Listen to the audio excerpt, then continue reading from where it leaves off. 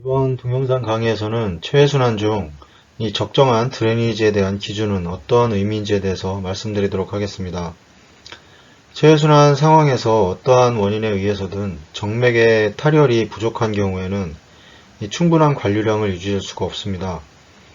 이전에 설명드렸던 충분한 유효순환 혈액량을 유지해 줄 수 없기 때문에 여러 문제가 발생할 수 있는데, 이 체외순환에서 펌프를 이용한 퍼퓨전 플로우, 즉 관류량에 맞추어서 이 정맥 시스템의 탈혈이 원활히 이루어지기 위해서는 여러 환경 및 조건이 부합해야 합니다.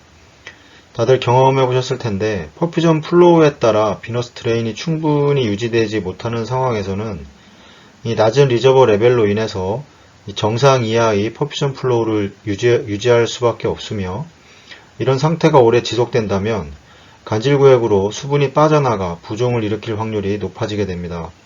또한 낮은 리저버 레벨로 인해서 수액을 추가하게 되면서 세포 외액량은 더욱 증가하게 되고, 낮은 퍼퓨전 플로우에 더해서 간질액이 더 늘어나 조직의 부종을 더욱 증가시킬 수 있는 상태로 만들 수 있습니다.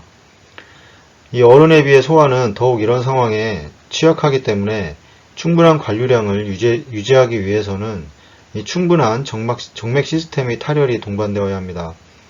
그렇다면 적정한 드레니지는 어느 정도가 적정한가? 기준은 어떻게 설정해야 할 것인가에 대해서 말씀드리도록 하겠습니다. 이전 동영상에서 체액량 관련해서 설명드린 내용입니다. 이 부분에 대해서 좀 더 자세히 설명드리도록 하겠습니다. 이 체중 60kg인 사람이 60%의 수분량을 가지고 있다고 했을 때, 이 세포 내액은 이 체내 수분의 3분의 2, 24리터를 가지고 있으며, 이 세포 외액은 이 체내 수분의 3분의 1인 이 12리터를 가지게 됩니다.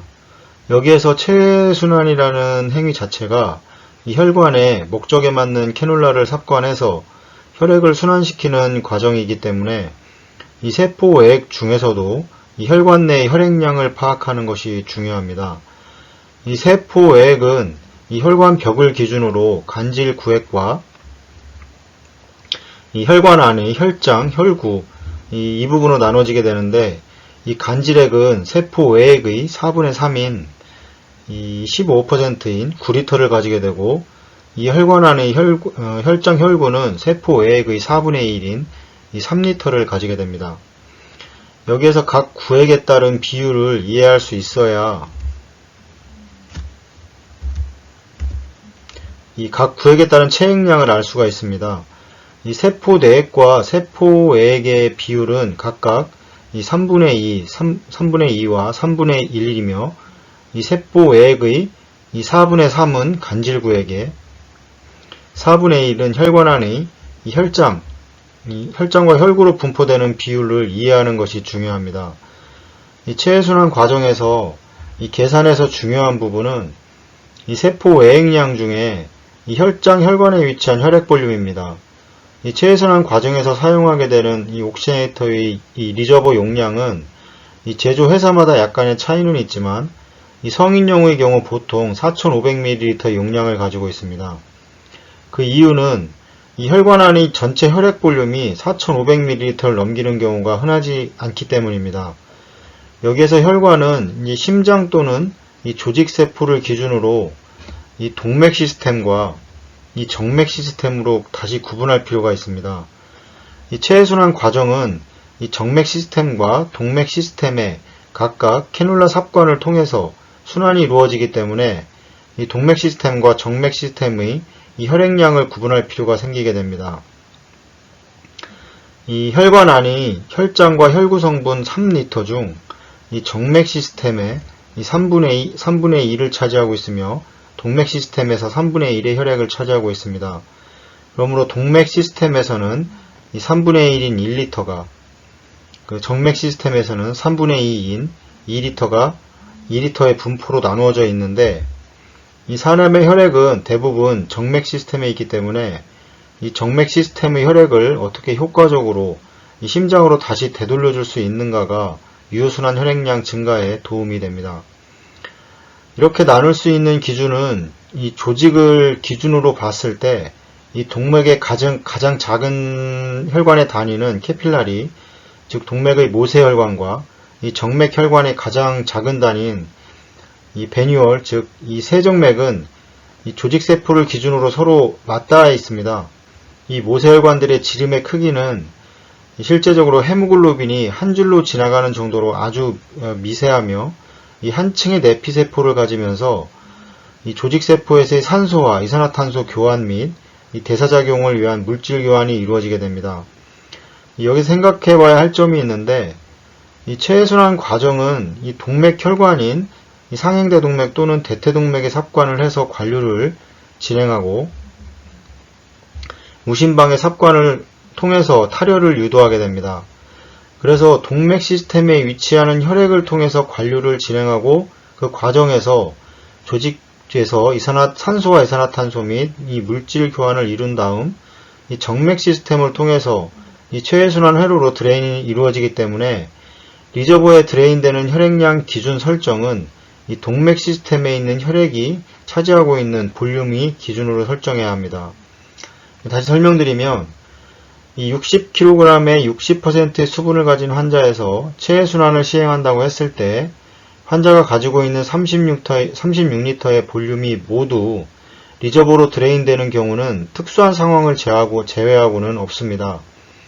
결국에는 동맥 시스템에 위치한 이 혈액의 관류를 통해 조직을 지나 물질 교환을 시행한 후 이 정맥 시스템에 있는 혈액을 심장으로 밀어올려 탈혈을 유도하는 것이기 때문에 환자가 현재 가지고 있는 동맥 시스템 혈액의 양만큼만 리저버 드레인에 영향을 준다고 생각하시면 될 것 같습니다.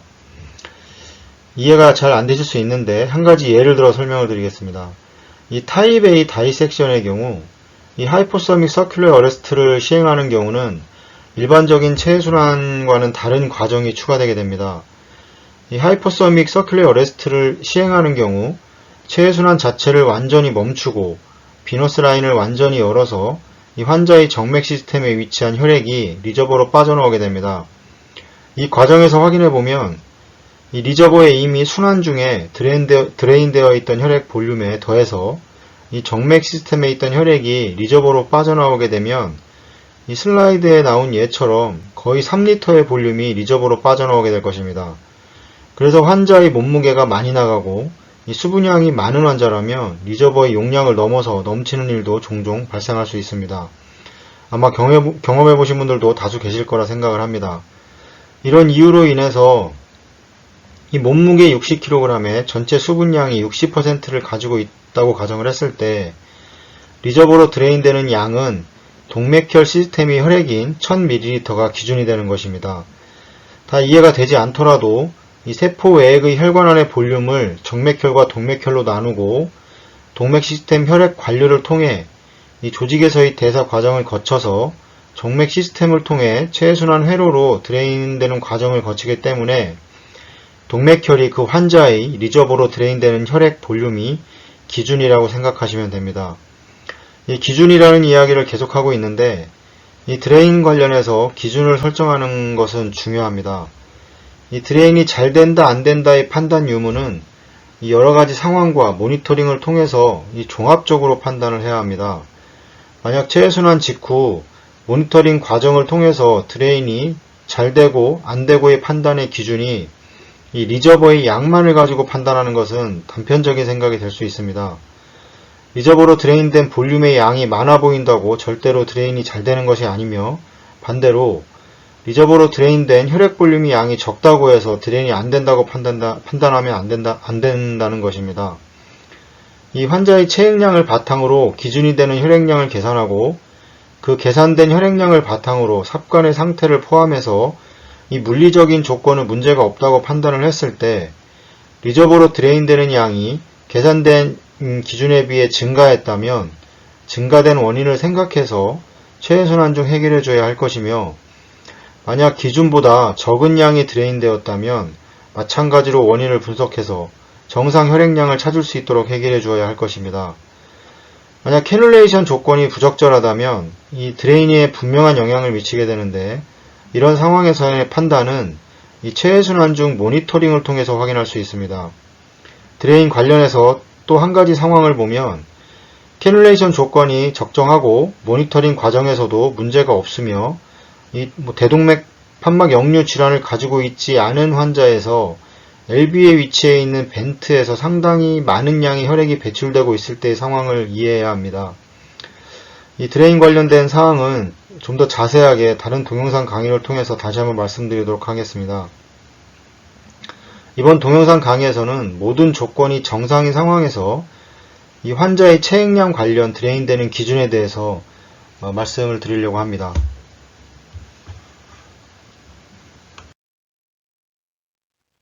마찬가지로 이전 동영상을 통해서 말씀드렸던 내용입니다. 이 체내 수분량은 이 연령, 체격, 이 성별에 따라 수분 비율이 따라 수분량의 차이가 발생하게 됩니다. 이 대체적으로 이 남성이 여성보다 수분량이 많으며 이 연령이 낮을수록 상대적으로 수분량이 많습니다. 그리고 체형에 따라서는 이 같은 몸무게를 가지고 있다 하더라도 이 근육을 많이 가지고 있는 체형이 지방을 많이 가지고 있는 체형보다 수분을 많이 가지게 됩니다. 신생아에서는 거의 80%가 수분이며 나이가 많은 노인의 경우 45%까지 수분이 줄어들 수 있습니다. 여기에서 소화의 수분량을 이야기할 때 이 상대적이라는 말을 자주 사용하게 되는데 단순히 소화가 몸이 작다고 해서 이 성인보다 이 체액량이 적다고 생각할 수 있는데 소아와 어른을 같은 비율로 환산해서 수분량을 측정하면 이 소아에서 훨씬 많은 수분량을 가지고 있기 때문에 이 상대적으로 수분이 많다고 이야기합니다. 그래서 소아에서는 이 성인에 비해 상대적인 수분량이 성인에 비해서 2배 가까이 많으며 이 성인에 비해 높은 대사량을 가지고 있기 때문에 이 소아심장 환자의 펌프 관류량은 이 성인에 비해 상당히 많은 양을 공급해 주어야 합니다. 이 성인의 100% 퍼퓨전 플로우를 카디악 인덱스 2.4를 기준으로 본다면 이 소아의 경우에는 카디악 인덱스 2.8에서 3.0 이상을 기준으로 잡아야 합니다. 이 소아는 성인의 축소판이 아니라는 이야기를 자주 접하셨을 겁니다. 이것처럼 여러 조건에 따라 수분량 차이가 나기 때문에 이 같은 양의 수분을 소실했을 경우 그 영향은 다르게 됩니다. 이 여러 조건에 따라 가장 적은 체액량을 가지고 있을 것으로 생각되는 경우는 이 여자이며 이 나이가 많고 체구가 작은 환자에서 가장 적은 체액량을 가질 확률이 높습니다. 이 환자의 수분량을 측정하는 데 있어 언급된 조건들을 확인하고 이 최종적으로 직접 확인해서 정확한 수분량을 계산하는 것이 이 체해순환 과정에서 중요한 일이라 생각합니다. 이 계산을 하지 않으면 여러 상황에서 감에 의지할 수밖에 없습니다. 이 사람의 체액량을 측정할 때 이 대체적으로 이 체중만을 이용해서 계산을 하지만 이 같은 몸무게라도 체지방량에 따라 수분량이 다를 수 있기 때문에 이 BMI의 계산을 통해서 좀 더 정확한 이 체액량을 계산하는 데 도움이 될 수 있습니다. 사람마다 체액량은 다릅니다. 앞서 설명드렸지만 이 여러 조건들을 가지고 수분량을 계산해야 하기 때문입니다. 이 사람의 체액량 계산에 있어서 이 몸무게를 기본으로 계산을 하기 때문에 이 체액량 계산에 있어서 좀 문제가 발생할 수 있는데 이전에 설명드렸지만 이 같은 몸무게라 하더라도 이 지방이 많은 사람은 근육량이 많은 사람에 비해 체내 수분량은 줄어들게 됩니다. 이유는 이 근육에는 혈관이 많이 분포하기 때문에 이 70% 이상의 수분량을 가지게 되지만 이 지방의 경우에는 20%의 수분량을 가지기 때문입니다.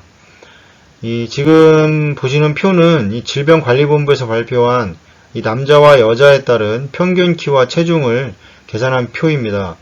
이 표를 참조해서 체액량을 구하는 데 도움을 받을 수 있습니다.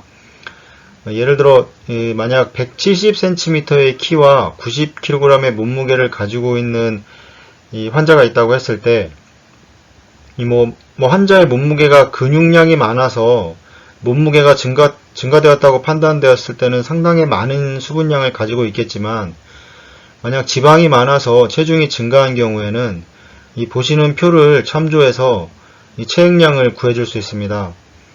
이 표에서 170cm일 때에 62kg의 표준 체중을 보여주고 있습니다.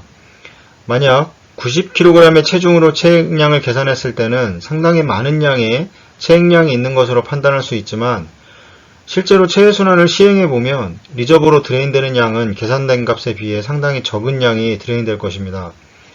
그래서 최종적으로 환자를 직접 확인해보고 지방이 많아서 몸무게가 증가되었다고 판단된다면 이 표를 참조해서 표준 체중량으로 계산하면 좀 더 정확한 체액량을 계산할 수 있을 거라 생각합니다.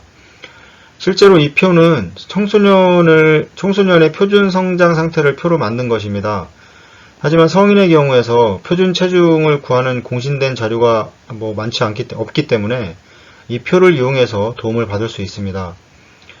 오늘 강의는 여기까지 하고 다음 강의에서는 실제 체외순환을 시행한 자료를 바탕으로 예를 들어서 이 설명을 드리도록 하겠습니다. 감사합니다.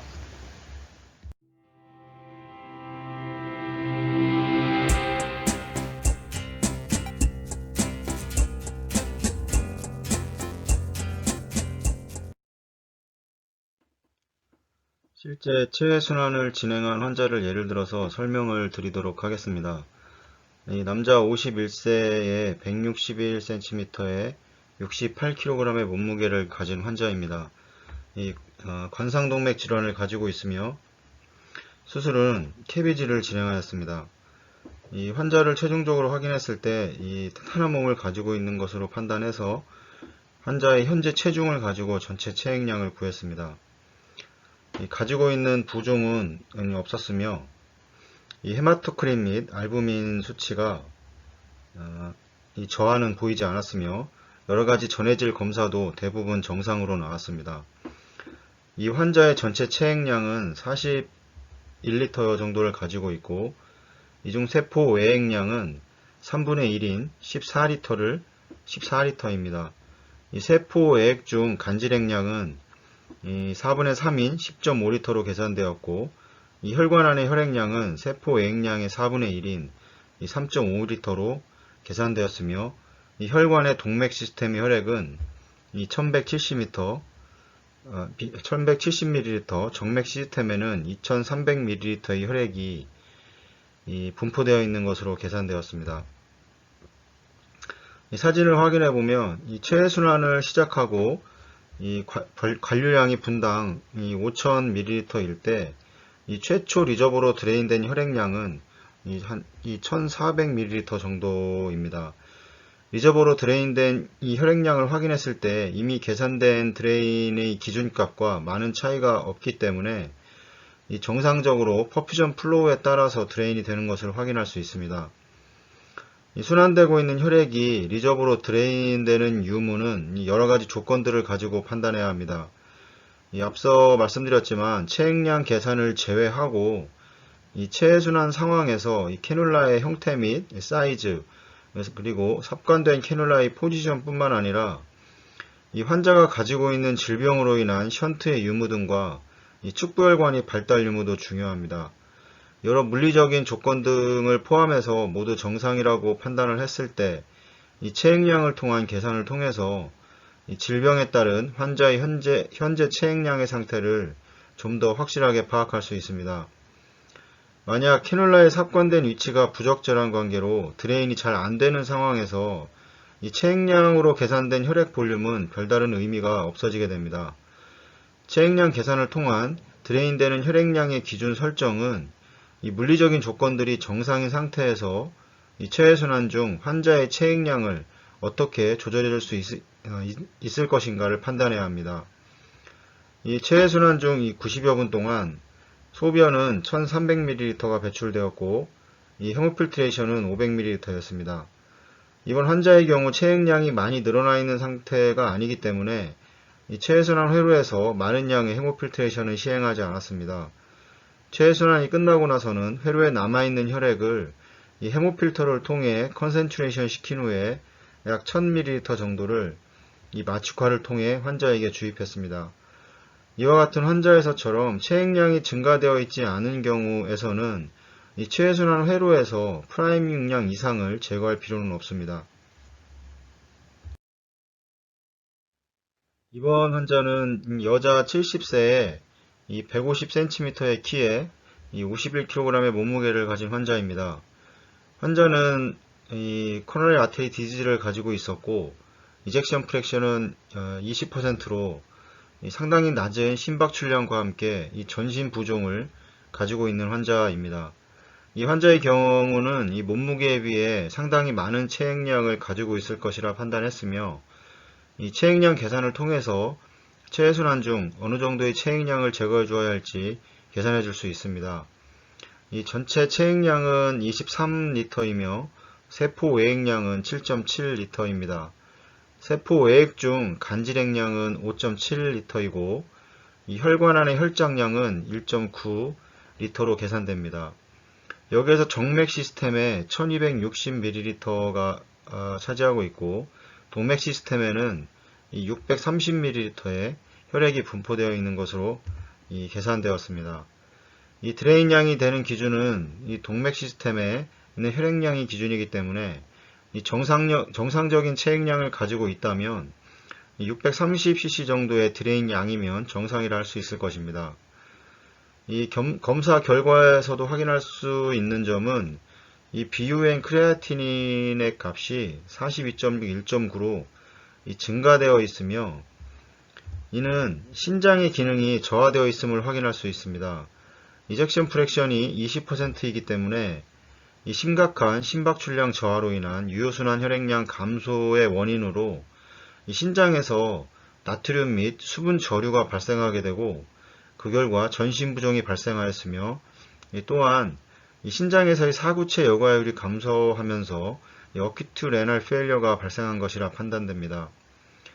그리고 알부민 수치가 3.0, 헤마토크리트이 30%대로 낮아져 있는데 이 정상 이상으로 많아진 수분량으로 인해 혈장이 희석되게 되어 상대적으로 알부민과 헤마토크리트 수치도 저하되어 있을 것이라 생각을 합니다. 이 값은 수술 전의 검사 값이고 두 번째와 세 번째는 이 수술이 끝나고 중환자실에서 검사한 결과로 수술 전 검사에 비해서 정상을 찾아가는 것을 확인할 수 있습니다. 이 체외순환을 시작하면서 퍼퓨전 플로우는 이 카디악 인덱스 3.0 이상을 관리하고 있는 이 상태에서 리저버로 드레인된 혈액의 양은 총 2000ml 정도였습니다. 이미 예상했던 바와 같이 이 환자의 체액량에 비해 상당히 많은 양의 혈액 볼륨을 가지고 있었고 이 심박출량 저하로 인한 부종을 형성하고 있기 때문에 유효순환 혈액량을 증가시켜주기 위해 이 상당히 높은 퍼퓨전 플로우를 유지해주고 있었으며 이 지속적으로 이 컨벤셔널 헤모필트레이션을 시행해 주었습니다. 체외순환 중 간질구액에 과도하게 축적되어 있는 수분을 이 혈관 안으로 끌어들이기 위해 이 알부민과 만니토를 사용하였으며 이 소변량을 증가시키는 방향으로 체외순환을 진행하였습니다. 이 체외순환 운영 중 이 헤모필터를 통해서 뽑아낸 수분량은 1500ml였으며 이 소변으로 배출된 양은 2200ml 정도였습니다. 이 2시간 40여 분 동안의 체외순환 과정에서 헤모필터와 소변량을 통해서 배출된 수분량은 총 3700ml로 이 체중에 따른 체액량을 계산을 했을 때 상당히 많은 양의 수분이 제거되었다고 생각할 수 있지만 실제로 환자가 가지고 있던 체액량은 훨씬 많다는 것을 알 수 있습니다. 이 정상적인 체액량 분포에서 이 세포 외액량 중 4분의 1은 혈관에 위치하고 이 4분의 3은 간질구액에 위치하기 때문에 이 간질구액은 혈관에 비해 3배 이상 리저버를 가지게 됩니다. 이 환자를 살펴보면 이 정상 드레인량은 600cc 정도지만 실제로는 2000ml로 3배 이상 증가하게 되었고 이 간질액량도 마찬가지로 3배 이상 증가되었을 것으로 예측할 수 있습니다. 이유는 혈관의 용량은 이 공간의 한계로 인해서 이 증가된 나머지 체액 등은 이 혈관보다 용량이 큰 간질구역으로 이동하기 때문입니다. 이 수술 후 카디악 아웃풋의 상승으로 소변 배출이 증가하고 점차 정상 체액량을 찾아가겠지만 이 체해순환 과정에서도 증가되어 있는 체액량을 어느 정도 해결해 주는 것이 환자 회복에 있어서 중요한 과정일 것입니다. 남자 58세, 키는 168cm에 78kg의 몸무게를 가지고 있는 환자입니다. 이 마이트랄 밸브 역류가 심하고 이 덱스트로카디아를 가진 환자입니다. 이 혈액 검사에서는 이 큰 이상은 없었으나 이 판막 역류로 인한 엑스레이에서 풀마 이데마를 확인할 수 있었습니다. 이 환자의 전체 체액량은 이 47리터이고 이 세포 외액량은 15.7리터로 계산되었고 이 간질구액의 볼륨은 11.7리터, 이 혈관의 볼륨은 3.9리터로 계산되었습니다. 이 정맥 시스템의 혈액량은 2600ml이며 이 동맥 시스템의 혈액량은 1300ml로 계산되었습니다. 체해순환을 시작하고 리저버로 드레인된 혈액은 2100ml 정도였으며, 참고로 이 체해순환을 시작하기 전 이 리트로그레이드 오토로거스 프라이밍, 즉 이 역행성 자가 충진법을 이용해서 수술을 진행하는데 이 체해순환을 시작하기 전에 리저버 레벨은 거의 이 0에 가깝습니다. 그래서 지금 보시는 사진의 혈액이 전부 이 환자에게서 드레인된 혈액이라고 말씀드릴 수 있습니다. 이 드레인의 기준이 1300ml보다 약 1000ml 가까이 더 많은 양이 드레인 되었기 때문에 저번 환자에 비해서는 많지는 않지만 그래도 많은 양의 혈액이 혈관 안에 있었습니다. 이 혈관 안에 이 정도의 혈액이 있다는 건 이 간질액량도 같이 증가했다는 의미이기 때문에 이 심각한 판막 역류로 인해 풀마 이데마 뿐만 아니라 이 간질 구액에서도 이 상당량의 수분이 있는 것을 알 수 있습니다. 이 수술 중 만니톨과 알부민의 사용으로 혈액 볼륨이 더 증가한 원인으로 이 오른쪽에 보시는 사진처럼 이 혈액을 빈백에 받아서 이 회로에서 제외시켜 보관한 후 이 수술 중 필요시 다시 회로에 주입함으로써 이 혈액 보호 차원에서 이 리저버의 혈액 볼륨의 양이 많을 경우에 이 안전하게 운영할 수 있는 혈액만을 제외하고 이 나머지는 회로에서 제외시켜 혈액을 보호해주는 과정을 수행하고 있습니다. 이 환자의 혈액 검사에서는 이 별다른 이상을 발견할 수가 없었고 이 알부민이나 헤마토크릿의 수치도 이 정상 범위 안에 있는 것을 확인할 수 있습니다. 이 공식은 이 환자의 체액량과 회로의 프라이밍 볼륨을 이용을 해서 이 체해순환 직후 이 저하될 것으로 예상되는 이 헤마토크릿의 수치를 계산할 수 있습니다. 이 슬라이드에서 보시는 에비제 결과를 살펴보면 이 체해순환을 시작하기 전에 헤마토크릿은 이 39%였으며 이 체해순환을 시작한 직후 프라이밍 볼륨으로 인해서 이 저하된 헤마토크릿은 31%입니다.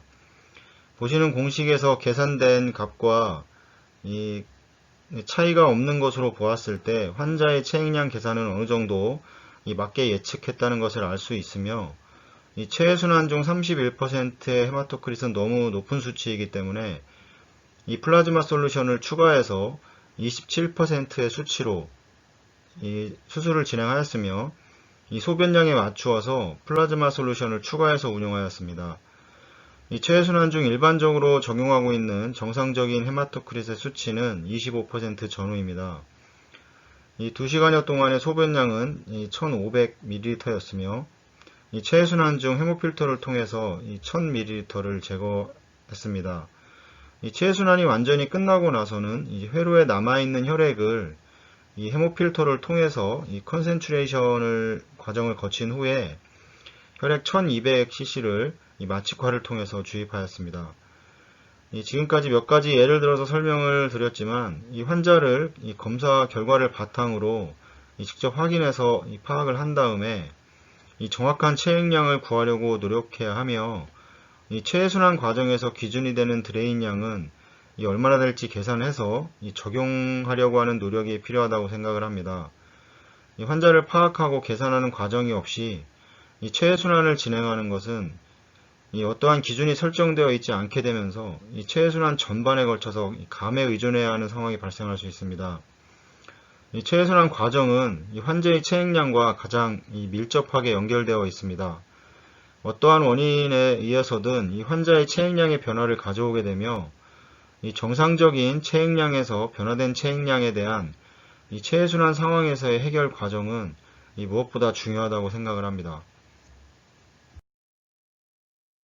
이 환자의 체액량 파악에 있어서 기본 혈액 검사를 통해서 수분 전해질에 관한 이 많은 정보를 확인할 수 있기 때문에 이 혈액 검사를 충분히 활용해야 합니다. 이 여러 전해질 검사 및 이 BUN, 크레아티닌 등 이 신기능 평가에 대한 검사, 이 총단백, 알부민 농도, 이 혈당 검사 및 이 헤마토크릿을 통해서도 이 체해순환 초기 환자의 체액량을 파악하는 데 충분히 활용할 수 있습니다. 이 검사 수치가 정상 범위에 있다고 해서 꼭 정상이 아닐 수도 있습니다. 그렇기 때문에 변화나 다른 것과의 관계를 통해서 같이 확인하는 것이 중요합니다. 이 예를 들어 크레아티닌 농도는 이 신기능이 정상이라도 이 근육량에 따라 결정됩니다. 그래서 이 동일한 1.2mg이라도 이 건장한 남성은 정상일 수 있겠지만 이 마른 여성은 신기능이 저하되어 있다고 판단할 수 있습니다. 이 CL 농도는 리터당 이 107ml 이큐발란트로 정상 범위에 있더라도 이 나트륨 농도가 130ml 이큐발란트인 경우는 이상이 있는 것입니다. 지금까지 이야기해왔던 모든 정보를 종합해서 이 환자의 체액량을 파악하는 것이 체해순환 과정에서 중요한 과정이기 때문에 이 지속적인 노력이 필요하고 이 연습이 필요할 것이라 생각을 합니다. 시청해주셔서 감사합니다.